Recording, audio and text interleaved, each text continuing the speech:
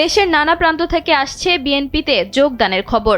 দলটিতে আওয়ামী লীগ সহ অন্যান্য দলের নেতাকর্মীদের যুক্ত হওয়ার হিড়িক পড়েছে। সেই ধারাবাহিকতায় সোমবার রাতে এমনই এক গণযোগদানের সাক্ষী হল খাগড়াছড়ির মাটিরাঙ্গা উপজেলা। একে একে নিজ দল থেকে পদত্যাগ করে বিএনপিতে যোগ দিচ্ছেন বিভিন্ন রাজনৈতিক দলের নেতাকর্মীরা।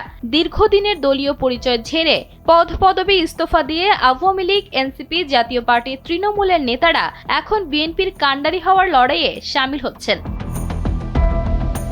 বিএনপিতে যুক্ত হওয়া মাটিরাঙ্গার নেতাকর্মীরা জানান, তারা মূলত বিএনপির ঘোষিত কর্মসূচির প্রতি আস্থা এবং জনগণের ভোটের অধিকার পুনরুদ্ধারের আন্দোলনে শরিক হতে এই সিদ্ধান্ত নিয়েছেন। মাটিরাঙ্গা পৌর বিএনপির সভাপতি মোহাম্মদ শাহজালাল স্পষ্ট করেছেন যে তারা ঢালাওভাবে কাউকে নিচ্ছেন না। বিশেষ করে আওয়ামী লীগে যারা যোগ দিয়েছিলেন তাদের ব্যক্তিগত আমলনামা যাচাই করা হয়েছে।